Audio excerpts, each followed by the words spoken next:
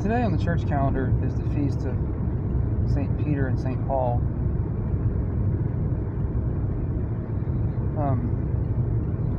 If you're wanting to, learn all the biographical information that the Bible presents about Peter, the first place to look would be the Gospels. Peter is featured in Matthew, Mark, Luke, and John as one of Jesus' 12 disciples. He's also a prominent figure in the book of Acts, particularly the first half of the book of Acts. Peter wrote two epistles, 1 Peter and 2 Peter, that are kind of towards the back of the New Testament. Paul's story is told in the book of Acts, particularly the latter half of the book of Acts. And Paul wrote a very significant chunk of the New Testament. He wrote 13 epistles. There's a fair bit of biographical information in those epistles as well.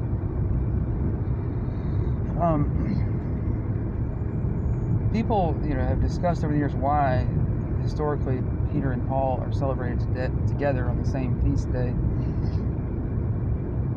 We don't have any reason to believe that they were martyred on the same day. They were martyred during the same general time period under the persecution of Emperor Nero, which lasted from 64 to 68 AD. So they would have been martyred somewhere during that time period. We don't know who was martyred first. We do know they were both martyred in Rome. In some ways, their life stories are very different. Paul, was not a disciple of Jesus during Jesus' earthly ministry, 3 years.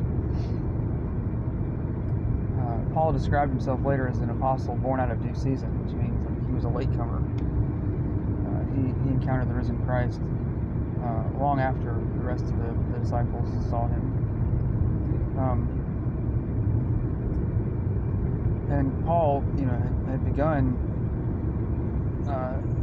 his involvement, his awareness of the church was antagonistic. He began by being a fierce persecutor of Christians himself, whereas Peter, began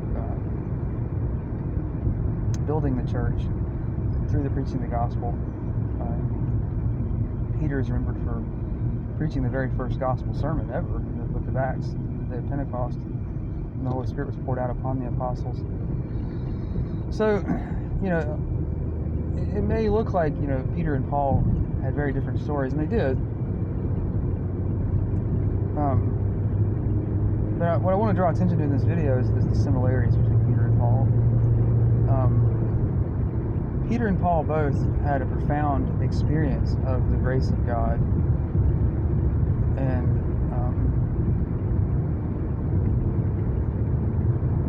experience that humbled them and served and prepared them to do what God had called them to do. Peter in the Gospels kind of comes across a little cocky at times. He's very sure of himself. At the Last Supper, Jesus predicts that all of the disciples are going to abandon him shortly after he gets arrested. They're all going to run away in fear. And Peter actually contradicts Jesus, presuming that he somehow knows more about the situation than Jesus does. And Peter says, no, that's not going to happen. Peter says, I'll go to prison with you. If I have to die with you, I'll never run away. And Jesus actually says, you're going to deny me. Deny that you know me 3 times tonight. And Peter again contradicts Jesus and says, no, that's not going to happen. Well, of course we know that it did happen. And the third time after Peter denied Jesus, the rooster crows, which Jesus had said would be the sign. And Jesus turns and looks at Peter. And it says that he went out and wept bitterly. Now, if you're anything like me, you're very selective about who knows your deepest, darkest secrets. You're very selective with who knows your worst moments. You don't go out and broadcast them indiscriminately. And I'm not saying that you should. I think it's wise to be circumspect with who you share personal things with. But Peter Peter didn't have, the luxury of keeping his colossal failure somewhat quiet. I mean, this was something that the entire Christian community knew about, and it was, written into the gospel narrative. So subsequent generations of Christians would always know about it. And if you're anything like me, like if you're around somebody who knows the worst you have to offer, it can be uncomfortable. It can make you feel like, man, I don't know if I can ever really be myself around this group, because they've seen me at my worst and they're probably judging me, and I would just rather find another group of people to hang out with who don't know me so well.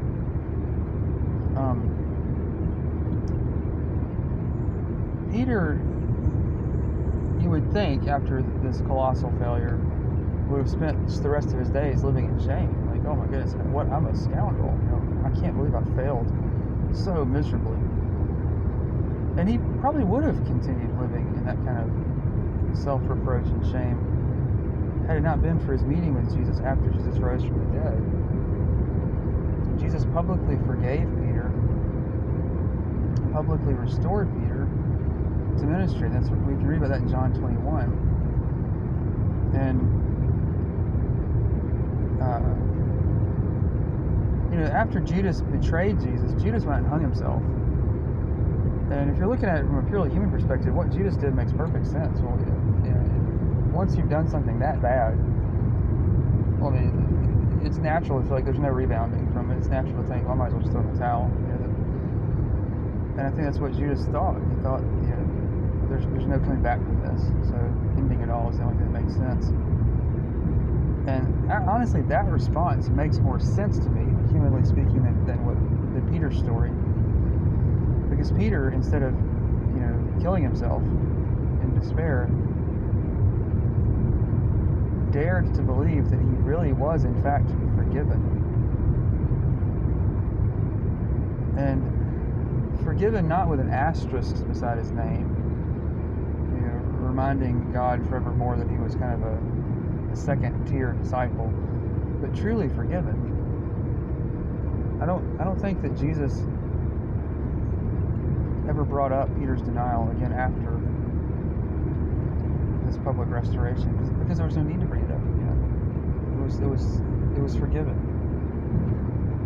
It was settled. Peter needed this epic failure and restoration to be the minister that God wanted him to be. Without this, he would have done his ministry from a place of pride and cockiness. And God had to break him in order to make him what he needed to be.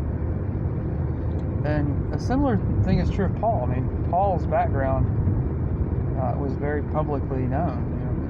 There was no hushing up Paul's background as a persecutor of Christians. The whole Christian world knew this.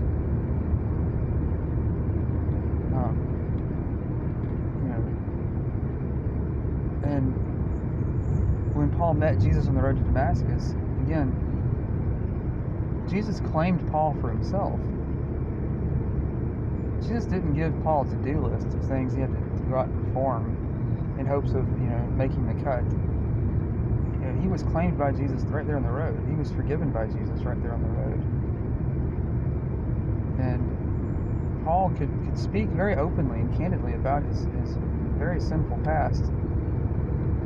Not in a browbeating, woe is me kind of way, but in a, this is who I used to be, and this isn't who I am anymore kind of way. And he can say that confidently and definitively, because Paul knew that who he was is who Jesus says he is.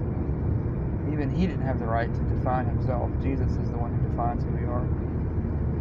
So Peter and Paul both began their Christian lives from a place of being restored from a tremendously low place. And that's what fueled and empowered their ministry. That's what gave them the power to speak about God's grace so eloquently, because they were recipients of it. They knew what it's like to be picked up from a very, very, very dark and deep pit. And once you've experienced that yourself, you can't help but share the glory of what that's like with other people.